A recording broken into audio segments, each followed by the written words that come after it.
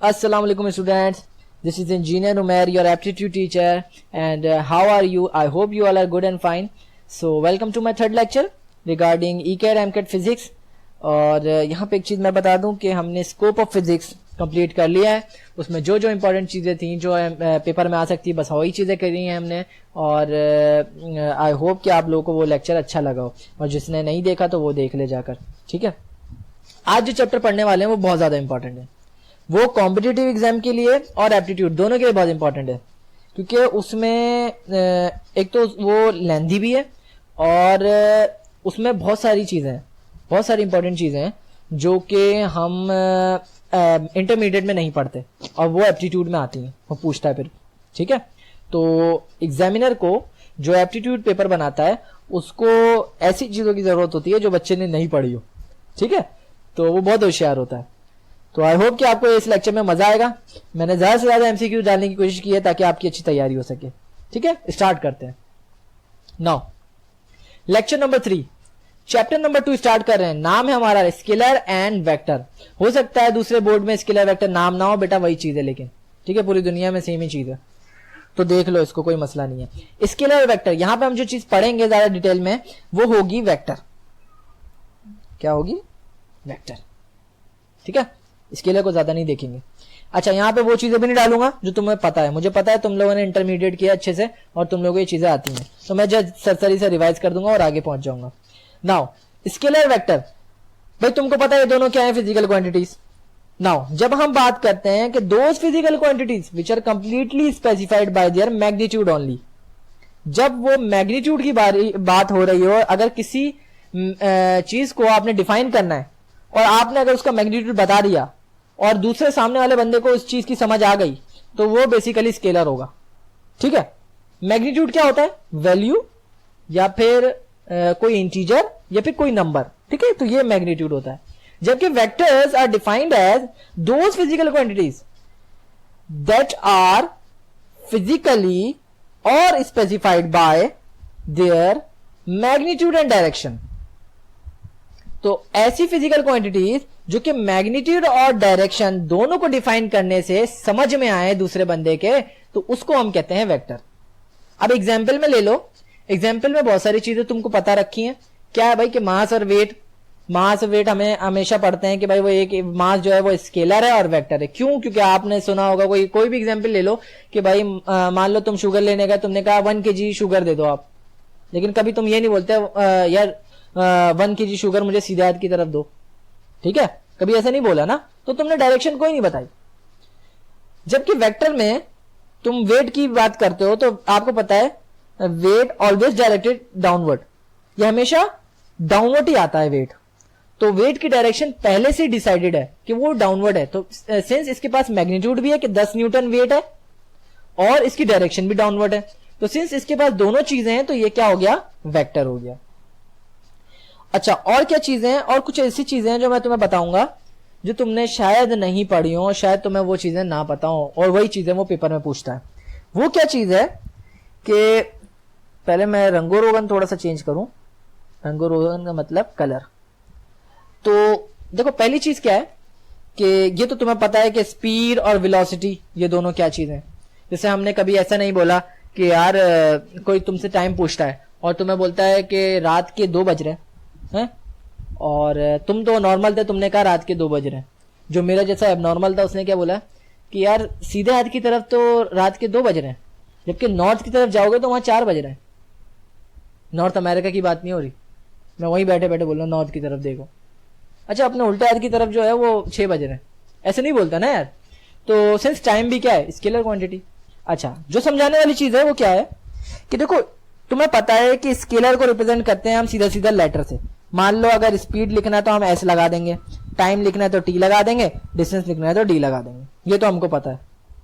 लेकिन अगर वेक्टर को रिप्रेजेंट करना है ना, तो एक चीज तो तुम्हें पता होती है। वो क्या होती है कि भाई वेक्टर को रिप्रेजेंट करना है तो मान लो कोई भी जैसे वेलोसिटी है तो उसके ऊपर लगा दो एरो हेड, या फिर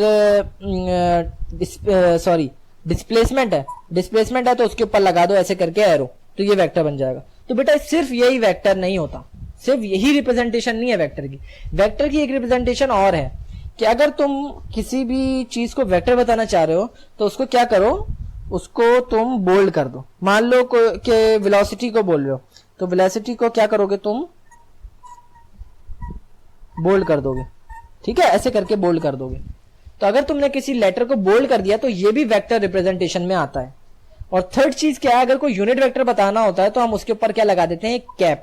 इस कैप को हम हैट भी कहते हैं, HAT हैट, ठीक है। तो ये चीज तुम्हें बतानी थी। अच्छा, एक चीज और क्या बतानी थी तुम्हें कि भाई तुमने हमेशा पढ़ा है कि भाई ये वेक्टर है ना। अब ये वेक्टर के ऊपर अगर एरो लगा दो तो ये वेक्टर बन जाएगा। इसकी जो टेल है ये क्या बताती है, ये भी तुम्हें पता है। एरो है वो क्या बताता है, ये भी तुम्हें पता है। टेल जो है वो मैग्नीट्यूड बताती है, जबकि हेड जो है वो क्या बताता है, इसकी डायरेक्शन। अच्छा, यहां पे तुमने सिर्फ टेल हेड पढ़ा है, जबकि एग्जाम में वो टेल हेड से नहीं पूछता। वो क्या बोलता है, वो दो पॉइंट्स के बारे में बात करता है, एक होता है इनिशियल पॉइंट और एक होता है टर्मिनेटिंग पॉइंट। तो याद रखना वेक्टर का ये जो ये वाला पॉइंट है ना और ये वाले पॉइंट ना, तो रंगो रोगन चेंज करते हैं ताकि अच्छा लगे। इसको कहते हैं बेटा इनिशियल पॉइंट। टेल जहां से शुरू होगी उसको इनिशियल पॉइंट, एन खा गया मैं, कोई बात नहीं। जबकि जहां हेड खत्म हो रहा है उसको हम कहते हैं टर्मिनल पॉइंट या फिर टर्मिनेटिंग पॉइंट। सर नजर तो ये भी नहीं आ रहा, तो यार ये देखो, ये शायद नजर आ रहा हो, ठीक है। और जबकि ये वाली जो जगह है ना हमारे पास, ये होता है मैग्नीट्यूड। यानी कि ये जो वेक्टर की अगर हेड निकाल दूं मैं तो ये जो लाइन रह जाएगी इसकी लेंथ बताती है मैग्नीट्यूड, ठीक है। अब अगर कोई तुमसे सवाल कर ले कि भाई, एक मिनट, राइटिंग बहुत गंदी हो रही है। अब देखो, अगर कोई सवाल कर ले कि भाई तुम्हारे पास एक ये वेक्टर है ना, ये वेक्टर है, इसका ये है इनिशियल पॉइंट और ये है टर्मिनेटिंग पॉइंट, ठीक है। अब वो बोलता है कि अगर टर्मिनेटिंग पॉइंट इनिशियल पॉइंट पे जाकर कोइंसाइड कर जाए, इनिशियल पॉइंट पे टर्मिनेटिंग पॉइंट कोइंसाइड कर जाए, तो ऐसी सूरत में क्या होगा, ऐसी सूरत में क्या लेंथ बाकी रहेगी। देखो इसकी ये लेंथ खत्म नहीं हो जाएगी, अगर ये पॉइंट भी इधर ही आ जाए तो लेंथ खत्म हो जाएगी। लेंथ का मतलब होता है मैग्नीट्यूड। अगर मैग्नीट्यूड खत्म हो जाए तो बोलो मैग्नीट्यूड कितना, जीरो। जीरो होगा तो ये वेक्टर कैसा होगा, कैसा होगा, नल वेक्टर या जीरो वेक्टर, ठीक है। चलो आगे बढ़ते हैं। टाइप्स ऑफ वेक्टर, सब्सक्राइब आ गया, कर लो यार जल्दी से, टाइम वेस्ट नहीं करना। अच्छा, टाइप्स ऑफ वेक्टर क्या है। टाइप्स ऑफ वेक्टर बेटा बहुत सारी हैं, जो खास खास चीजें हैं बस मैंने उसको यहाँ पे पॉइंट आउट किया है। नाउ मैंने बेसिकली 6 वेक्टर्स को निकाला है आपके लिए, तो यही इंपॉर्टेंट है, यही पेपर में पूछे जाते हैं। पहला क्या है, जीरो और नल वेक्टर। ये तुम्हें बता चुका हूं मैं, जीरो नल वेक्टर क्या होता है बता चुका हूं ना। देखो जीरो वेक्टर क्या होता है, नाम से जाहिर है जिसका मैग्नीट्यूड कितना, जीरो हो। और याद रहे इसकी डायरेक्शन क्या होती है, इनडिटर्मिनेट। क्या होती है, इनडिटर्मिनेट का मतलब इसको आप मालूम नहीं कर सकते कि इसकी डायरेक्शन क्या है, ठीक है। आगे बढ़ते हैं, यूनिट वेक्टर। यूनिट नाम से जाहिर है ऐसा वेक्टर जो बोर्ड लगा के चल रहा है कि मैं कैसा हूं, यूनिट। यूनिट का मतलब मेरा मैग्नीट्यूड कितना, 1 है। तो ऐसा वेक्टर जिसका मैग्नीट्यूड 1 हो, तो सिंस तुम्हें यूनिट वेक्टर कोई बोलता है भाई वो रहा यूनिट वेक्टर, तो इसका मतलब उसने तुम्हें बता दिया इनडायरेक्टली क्या, मैग्नीट्यूड 1 है। तो इसका काम क्या रह गया। तो एग्जाम में एमसीक्यू आता है कि यूनिट वेक्टर का काम क्या होता है। आता तो इंग्लिश में, उर्दू में बता रहा हूं मैं कि what is the purpose of unit vector. तो बेटा इसका बेसिकली पर्पस क्या होता है, डायरेक्शन बताना। क्योंकि वेक्टर के दो काम होते हैं, या तो मैग्नीट्यूड या डायरेक्शन बताए। मैग्नीट्यूड पता लग गया तो रह क्या गया, डायरेक्शन। अच्छा, इसका फॉर्मूला क्या होता है, रिवाइज करा देता हूं, मुझे पता है तुम लोगों को पता है। देखो फॉर्मूला होता है, यूनिट वेक्टर को पहले तो रिप्रेजेंट ऐसे करते हैं, ऊपर लगा देते हैं cap, equals to a vector which is in coordinate system divided by magnitude of the a vector, ठीक है। ये किस तरीके से कि मान लो तुम्हारे पास ए वेक्टर जो है वो है तुम्हारे पास 2i plus 3j plus 4k है भाई, ये तुम्हारे पास वेक्टर है। तो ये तो तुम ऐसी एज इट इज इस पे लिख दोगे इसकी जगह पर है। इसकी जगह के लिए तुम क्या करोगे, मैग्नीट्यूड कैसे निकालोगे कि अंडर रूट लिखोगे और i के साथ जो भी लगा है उसका स्क्वायर कर दो। इनके 2 लिखा है तो 2 का स्क्वायर 4। हमेशा यहाँ पे प्लस लगाना, चाहे यहाँ पे माइनस हो या कुछ भी हो, यहाँ पे प्लस लगाना। इसके बाद नंबर देखो जे के साथ क्या लगा है 3, तो 3 का स्क्वायर 9, 4 के साथ क्या लगा है के, तो 4 का स्क्वायर करोगे it will be 16, sum up करो तो ये बन जाएगा तुम्हारे पास 9 4 13, 13 और 16 विल बी 29। तो इस तरीके से तुम डिवाइड में √29 लिख दोगे, ठीक है। और यहाँ पे एक्स वाई रिप्रेजेंट कर रहा है आई जे के, एक्स होता है आई के लिए और वाई होता है जे के लिए और जेड होता है के के लिए और वाइस वर्सा। आगे बढ़ते हैं। इक्वल वेक्टर, इक्वल वेक्टर को समझने के लिए तुम्हें रिप्रेजेंटेशन की जरूरत है और इसके लिए तुम्हें एक रेफरेंस वेक्टर लिखना होगा। रेफरेंस वेक्टर क्या होता है कि भाई तुम्हारे पास 2 वेक्टर होने चाहिए बस, सिंपली। एक वेक्टर तुम्हारे पास ये है, इसका मैग्नीट्यूड तुम्हें पता है, इसका मैग्नीट्यूड है 20 न्यूटन, फोर्स है ना ये, तो ये 20 न्यूटन है। जबकि दूसरा वेक्टर भी आया, वो कैसा था, इसके बिल्कुल पैरेलल था या फिर इसके पीछे था, तो ये भी कितना 20 न्यूटन। तो जब इसका मैग्नीट्यूड और डायरेक्शन सेम हो जाए, तो सिंस एवरीथिंग इज इक्वल, तो इसको हम बोल देंगे इक्वल वेक्टर। ये बिल्कुल ऐसी है कि जैसे तुम्हारा भाई 10 मीटर पर सेकेंड से भाग रहा है, किस तरफ, वेस्ट की तरफ। इसी तरह दूसरा भाई भी पीछे पीछे आ रहा है, उसकी भी स्पीड कितनी, वेलोसिटी है 10 मीटर पर सेकेंड और डायरेक्शन कितनी, वेस्ट। तो सिंस डायरेक्शन और मैग्नीट्यूड दोनों सेम है, तो ये दोनों क्या हो गए भाई, इक्वल वेक्टर भाई, इक्वल वेक्टर भाई। आगे बढ़ जाते हैं नेगेटिव वेक्टर। नेगेटिव वेक्टर के लिए भी बेटा 2 वेक्टर की जरूरत है, एक ये वेक्टर एक ये वेक्टर। अब हर बार भाई नहीं आएंगे, अब 2 दोस्त कर लेते हैं। 2 दोस्त हैं, बीच में इनकी दीवार आ गई, ठीक है, फड्डा हो गया ना। तो अब देखो इधर से आया एक भाई, आया इधर से, सॉरी दोस्त है ना अभी, तो उसने कितना 10 न्यूटन फोर्स लगाई इस पे। दूसरा भी आया, उसने भी 10 न्यूटन लगाई, उसने कहा भाई मैं भी 10 न्यूटन लगाऊंगा, लेकिन अपोजिट डायरेक्शन से। सिंस डायरेक्शन कैसी हो गई, अपोजिट, मैग्नीट्यूड कितना था, सेम था, तो हो गया नेगेटिव वेक्टर। फास्ट जा रहा हूं ना बेटा, इतनी जरूरत है इस टॉपिक को, इतने टाइम की जरूरत है, ज्यादा डिटेल में नहीं लेके जाऊंगा, टाइम वेस्ट करने वाली बात है। आगे बढ़ जाते हैं पोजीशन वेक्टर। पोजीशन वेक्टर नाम से जाहिर है क्या बोलता है कि भाई ये बताएगा हमेशा पोजीशन, पोजीशन मतलब वो लोकेशन। तो बेटा ये जो 3 डायमेंशन बनाई है ना मैंने, ये जो इसको कहते हैं हम, इससे जो कोऑर्डिनेट्स मिलते हैं, ये जो एक्स वाई जेड मिलते हैं, इसको हम कहते हैं कार्टेशियन कोऑर्डिनेट सिस्टम। अपने पास लिख लो बेटा अच्छे से, इसको क्या बोलते हैं, रंगो रोगन चेंज करें, कार्टेशियन कोऑर्डिनेट सिस्टम। हाँ भाई राइटिंग कैसी है, अच्छी है बुरी है, सही है। और इसका दूसरा नाम क्या है, कार्टेशियन काट दो, और इसको बोलते हैं रेक्टेंगुलर, रेक्टेंगुलर कोऑर्डिनेट सिस्टम, ठीक है, दोनों इसके नाम है। तो इसमें क्या होता है, ये बेसिकली 3 एक्सिस प्रोवाइड कर देता है।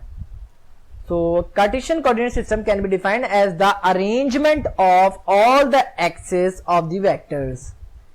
सो पोजीशन वेक्टर हम मालूम कर रहे थे। पोजीशन वेक्टर का मकसद क्या होता है कि वो ओरिजिन से आपको लेके चलता है और आपको किसी वेक्टर की पोजीशन या लोकेशन तक ले जाए। ऐसा वेक्टर ये एक ऐसा वेक्टर है, ऐसा रक्षा है जो आपको ओरिजिन यानी कि स्टार्टिंग पॉइंट 0 0 कोऑर्डिनेट से लेके चलता है और आपको पहुंचा देता है एक नई लोकेशन पर, एक नए कोऑर्डिनेट्स पर। तो ये आपको बेसिकली पोजीशन या लोकेशन बताता है किसी भी वेक्टर की। रिप्रेजेंटेशन कैसी होगी इसकी, देखो R से डिनोट करते हैं इसको, और इसकी रिप्रेजेंटेशन x, y और z की टर्म में होती है। x यहाँ पे x क्या है, ये नंबर्स हैं कि x में कितना यूनिट चला। मान लो ये तुम्हारे पास एक्सिस है 1 2 3, तो 1 यूनिट चला, 2 यूनिट चला, 3 यूनिट चला, ये बेसिकली x है। जबकि I रिप्रेजेंट करता है x को, डायरेक्शन को, ठीक है। यूनिट वेक्टर का काम क्या होता है, डायरेक्शन। तो I is a unit vector. कैसे पहचाना, देखो इसके ऊपर क्या लगा हुआ है, इसके ऊपर लगे हुए हैं कैप, तो I J के पे कैप है। जबकि I एक यूनिट वेक्टर है जिसका मैग्नीट्यूड 1 है, लेकिन ये डायरेक्शन बता रहा है क्या, x की। तो याद रखना I हमेशा x पे ट्रेवल करता है, z हमेशा z पे ट्रेवल करता है, मैं तेज हो गया ना इस वजह से, जबकि j हमेशा y पे ट्रेवल करता है, याद रखना। आगे बढ़ते हैं रिजल्टेंट वेक्टर। रिजल्टेंट वेक्टर क्या होता है, the sum of all the vectors by vector algebra, not elementary algebra, by vector algebra. अगर तमाम वेक्टर्स को वेक्टर अलजेब्रा के थ्रू सम कर दो तो ये वेक्टर अलजेब्रा क्या होता है ये मैं बताऊंगा तुम्हें। तो देखो रिजल्टेंट वेक्टर कैसा होता है, देखो एक ये वेक्टर है, एक ये वेक्टर है, बीच में कितना 90 है, जरूरी नहीं 90 है, मैंने ऐसे ले लिया। ये ए वेक्टर है, ये बी वेक्टर है, हेड टू टेल रूल से मैंने इसको जोड़ दिया। ये सब मैं डिफाइन करूंगा बाद में, टेंशन नहीं लो। अभी इन दोनों को जोड़ने के बाद अगर वेक्टर अलजेब्रा लगाता हूं तो इससे जो मिलने वाला रिजल्टेंट है ये बेसिकली रिजल्टेंट वेक्टर होगा। ठीक है, आगे बढ़ते हैं। अब एमसीक्यूज पे आ जाते हैं। जो एमसीक्यूज मैंने इंपॉर्टेंट चूज किए हैं तमाम कॉम्पिटिटिव और एप्टीट्यूड एग्जाम्स के लिए, देख लो। इसमें कुछ ट्रिक्स भी यूज होंगी, वो सारी मैं ड्यूरिंग द लेक्चर ही तो मैं बता दूंगा। पहला आ जाता है ऑपरेशन विद स्केलर्स। अब यहाँ पे स्केलर को डील करते हुए जो ऑपरेशन इस्तेमाल करने हैं, डिवीजन, सब्ट्रैक्शन, एडिशन, मल्टीप्लिकेशन, बोलता है ये चारों अगर तुम्हें ऑपरेशन इस्तेमाल करने हैं और डील करना है स्केलर से, तो कौन से रूल को फॉलो करोगे? Elementary algebra, elementary arithmetic, elementary geometry, elementary statistics और एलिमेंट्री मैथमेटिक्स। तो भाई जब स्केलर को डील कर रहे होगे तो एलिमेंट्री का मतलब सिंपल वाला जो अलजेब्रा पढ़ रखा है हमने, क्या पढ़ा है भाई? Plus minus, minus minus minus, plus plus minus minus और प्लस प्लस प्लस, ये पढ़ रखा है ना हमने। तो ये होता है एलिमेंट्री या सिंपल अलजेब्रा। तो अगर स्केलर को ये सब ऑपरेशन स्केलर पे लगाने तो तुम्हें क्या होगा? एलिमेंट्री अलजेब्रा का सहारा लेना पड़ेगा। लेकिन अगर वेक्टर पे लगाना है तो वेक्टर अलजेब्रा का इस्तेमाल करोगे। तो याद रखना, अगर इधर आ जाए वेक्टर तो लिख के आना वेक्टर अलजेब्रा। आगे आ जाते हैं, which of the following are scalars, इनमें से कौन सा जो है वो स्केलर है? तो यहाँ पे तुम लेटरल थिंकिंग इस्तेमाल करोगे। लेटरल थिंकिंग क्या होती है? टेक्निक होती है कि एमसीक्यू को देख के सॉल्व कर लिया जाए, ना कि गधे घोड़ों की तरह पूरा सॉल्व किया जाए। ठीक है, तो यहाँ पे थोड़ा सा दिमाग का इस्तेमाल करना। यहाँ पे क्या है कि भाई तुम इसको ऐसे देखोगे, calorie, specific heat, density, energy, volume, distance, speed, entropy, work, temperature, charge, frequency, kinetic energy, gravitational potential. अब तुम्हें इसमें देखना क्या है? तुम्हें ऑप्शन पहले देखना है ये वाला। अब यहां पे ये भी लिखा हो सकता था none of these. None of these के लिए तुम क्या करोगे कि अगर दो गलत होंगे तो तुम मान लोगे नन ऑफ दीज। जब ऑल ऑफ द अबव हो तो बेटा अगर दो भी सही है ना तो तुम कर देना ऑल ऑफ द अबव, क्योंकि ऐसा कोई ऑप्शन नहीं है कि A B are correct, C B are correct और डी सी आर करेक्ट, ऐसा कोई भी ऑप्शन नहीं है। तो तुम्हें क्या करना है? सिर्फ दो को पढ़ना है, कोई भी दो को ना। तुम्हें पता है इन सब में से तुम्हें कुछ भी ना पता हो तो डेंसिटी तो पता है कि स्केलर है। इन सब में से कुछ ना पता हो तो मैं डिस्टेंस और स्पीड तो पता है। सिंस ये दो पता लग गए तुम्हें स्केलर है, तो सिंस अगर ये दोनों स्केलर हैं तो therefore E will be the right answer. All of the above कर लो, क्योंकि दो करेक्ट हैं तो सारे ही करेक्ट होंगे। तो इस तरीके से आंसर क्या हो जाएगा? ई। तो इसको कहते हैं लेटरल थिंकिंग। आगे बढ़ते हैं, ये बड़ी काम आती है एप्टीट्यूड में। अब आ जाओ, when the terminal point of the vector becomes it's initial point. अब इस लेक्चर से पहले पहले बच्चों को, काफी बच्चों को नहीं पता था इनिशियल और टर्मिनल पॉइंट, क्योंकि ये पूछ लेता ना, इसीलिए तो वो सवाल पूछता है क्योंकि आपने नहीं पढ़ा होता ये। अब वो कह रहा है कि अगर कोई वेक्टर है, मान लो ये वेक्टर है ना, इसका ये है आपके पास इनिशियल पॉइंट और ये क्या है इसका टर्मिनल पॉइंट, है ना भाई। अब वो बोल रहा है कुछ ऐसा कर दो, कुछ ऐसा कर दो कि terminal point becomes initial point and initial point becomes terminal point, जबकि मैग्नीट्यूड रिमेन्स द सेम।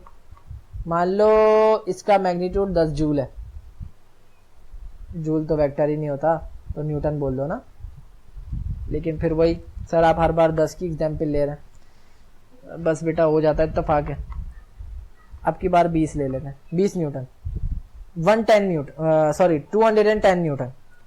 अब 210 न्यूटन मैग्नीट्यूड है, बोलता है मैग्नीट्यूड चेंज ना करो लेकिन एक वेक्टर बना दो जिसकी डायरेक्शन कैसी हो, जिसका टर्मिनल पॉइंट इधर आ जाए और इनिशियल पॉइंट इधर आ जाए, मतलब कि जिसका हेड इधर आ जाए और जिसकी टेल इधर आ जाए।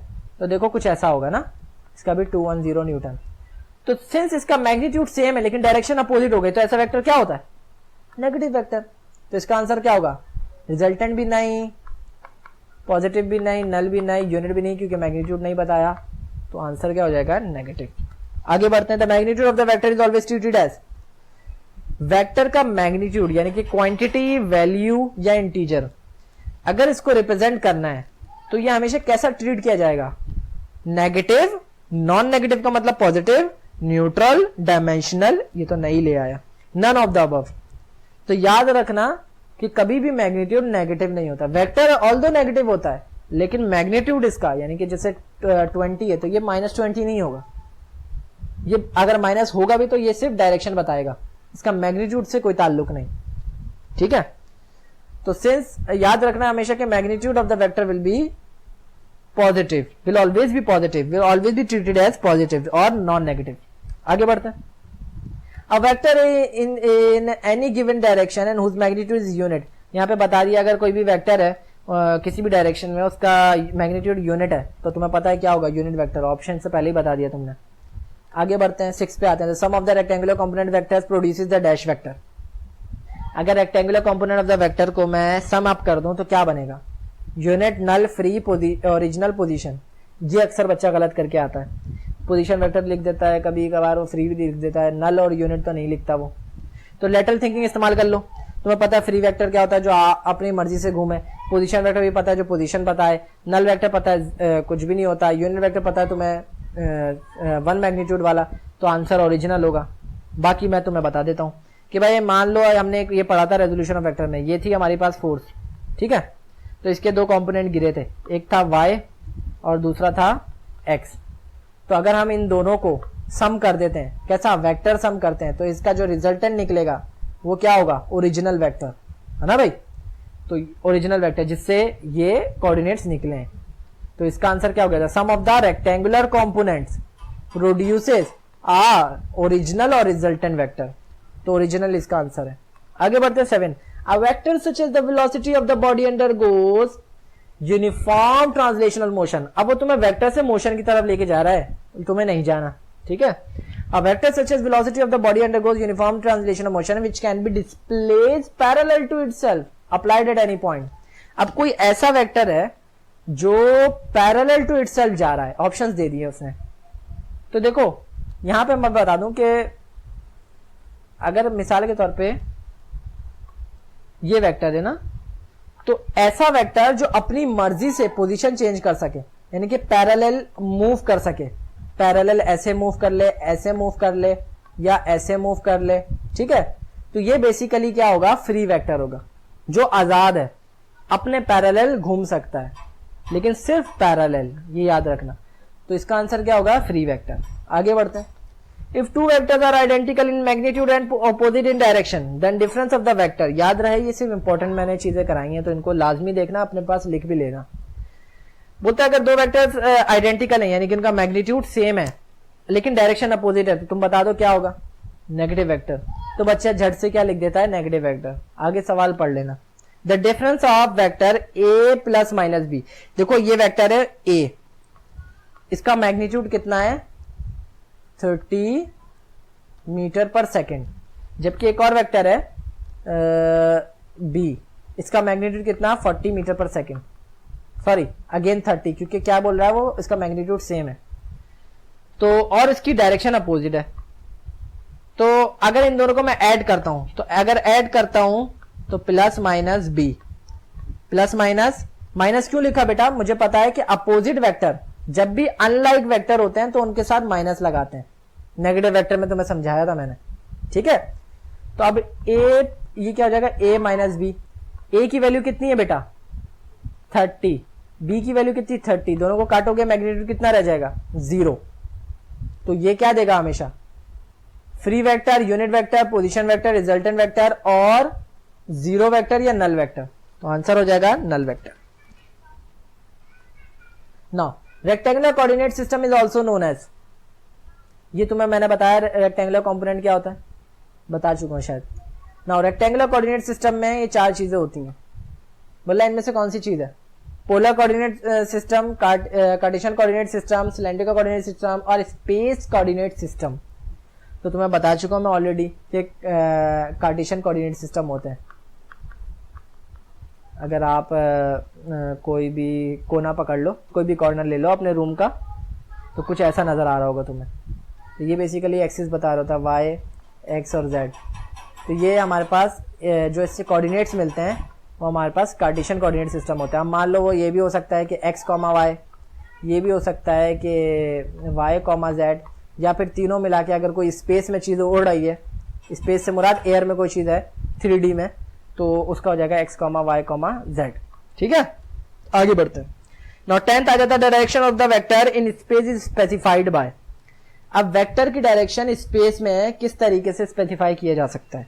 एक एंगल के थ्रू, दो एंगल के थ्रू तुम बता सकते हो वेक्टर की डायरेक्शन, तीन एंगल या नो एंगल। तो देखो ये वेक्टर है, अगेन एग्जांपल ले लो, मैंने तुम्हें एक पोजीशन वेक्टर की डायग्राम दिखाई थी पीछे, ठीक है, उस डायरेक्शन में ऐसे करके वेक्टर बना था। अब इस वेक्टर को ऐसे कंसीडर करो, ये हवा में उड़ रहा है, किसी एक प्लेन में नहीं है, ये हवा में। तो देखो इसका एंगल इसके साथ भी कुछ ना कुछ बन रहा होगा, इस वाले एक्सिस के साथ भी बन रहा होगा और इसके साथ भी बन रहा होगा। तो बेसिकली तीन एंगल बनेंगे, अल्फा, बीटा और गामा।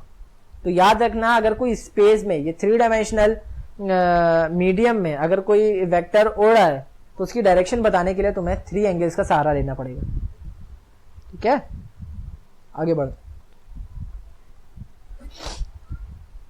यूनिट वेक्टर, अब कह रहा है यूनिट वेक्टर बताओ। तो unit vector n is along, तो n शायद तुमने नहीं पढ़ा हो अभी तक, तो n भी एक यूनिट वेक्टर होता है। ये n क्या रिप्रेजेंट करता है? ये n रिप्रेजेंट करता है नॉर्मल। ठीक है, ऑप्शन दे दिए उसने, x axis, y axis, z axis और नॉर्मल। तो हमेशा unit vector n cap is along normal on the surface. Normal on the surface क्या होता है? ये सरफेस है, इसकी ये चीज नॉर्मल है। ठीक है, तो हमेशा जो भी unit vector normal on the surface हो उसको n कैप से रिप्रेजेंट करते हैं। आगे बढ़ जाते हैं। 12 maximum number of rectangular components are. अब मुझे बताओ किसी भी कार्टेशियन कोऑर्डिनेट सिस्टम में maximum number of rectangular components कितने हो सकते हैं? तो देखो वो जो मैंने बताया था ना, थ्री डायमेंशनल, ऐसे करके बताया था ना। अब ये पोजीशन वेक्टर, तो इसके बेटा कितने कोऑर्डिनेट बनेंगे? इसके एक बनेगा ऐसा एक्स एक्सिस जो एक्स के पैरेलल होगा, एक बनेगा वाई एक्सिस जो वाई के पैरेलल होगा, और एक बनेगा जेड एक्सिस ऐसे करके जो जेड के पैरेलल होगा। तो याद रखना, अगर सिंगल प्लेन में, देखो प्लेन हमेशा दो एक्सिस से मिलकर बनता है, अगर सिंगल प्लेन में तो इसके रेक्टेंगुलर कंपोनेंट दो ही होंगे, क्योंकि इसका या तो ये बनेगा या ये बनेगा, है ना। लेकिन अगर थ्री डायमेंशनल प्लेन में, जो कि इसने यहां पे मेंशन नहीं किया, तो तुम्हें बाय डिफॉल्ट मानना पड़ेगा कि थ्री डायमेंशनल प्लेन है, तो उसमें कितने रेक्टेंगुलर कंपोनेंट हो सकते हैं? मैक्सिमम 3। ठीक है, मैक्सिमम कितने हो सकते हैं? 3 हो सकते हैं। अब सवाल एक तरीके से और करेगा कि maximum number of components of a vector में भी, तो इसका आंसर भी क्या होगा? 3 होगा। गलत। अब वो कह रहा है कि कंपोनेंट्स, रेक्टेंगुलर कंपोनेंट नहीं, एक्स वाई जेड की बात नहीं कर रहा, अब बोला कंपोनेंट्स किसी भी वेक्टर के कितने होंगे। तो याद रखना, किसी भी वेक्टर के इनफाइनाइट कंपोनेंट्स होते हैं, चाहे जितने ले लो। ठीक है, और उसने कोई मीडियम भी नहीं बताया, उसने ये भी नहीं बताया कि कितना 2 डायमेंशन है कि 3 डायमेंशन है। तो याद रखना इसका आंसर हमेशा इनफाइनाइट होगा, क्योंकि कंपोनेंट्स की बात की है, रेक्टेंगुलर कंपोनेंट्स की नहीं। आगे बढ़ते हैं। अच्छा, यहीं तक था। तो चलो, आई होप आप लोगों को समझ में आया हो और इसकी प्रैक्टिस करो। नेक्स्ट लेक्चर में अपलोड करूंगा एडिशन ऑफ वेक्टर के हवाले से, वो बहुत ज्यादा इंपॉर्टेंट, उसको मिस नहीं करना। और कोशिश करूंगा आज ही अपलोड कर दूं, ताकि जल्द से जल्द ये हमारे पास कंप्लीट हो जाए कैट पूरा। लास्ट में यार मेरा दिल नहीं चाह रहा बिल्कुल भी अभी बोलने का, अपनी मर्जी से देख लो और जैसा तुम्हें बेहतर लगे। आई होप कि तुम्हें अंदाजा होगा कि कितनी मेहनत लगती है, तो लाइक वाइक कर दोगे तो थोड़ा खुशी हो जाती है। ठीक है, थैंक्स फॉर वॉचिंग। और ये 2 लेक्चर्स हैं, अगर देखना चाहो तो देख लो, बाकी गुड लक, जम के तैयारी करो। अल्लाह हाफ़िज़।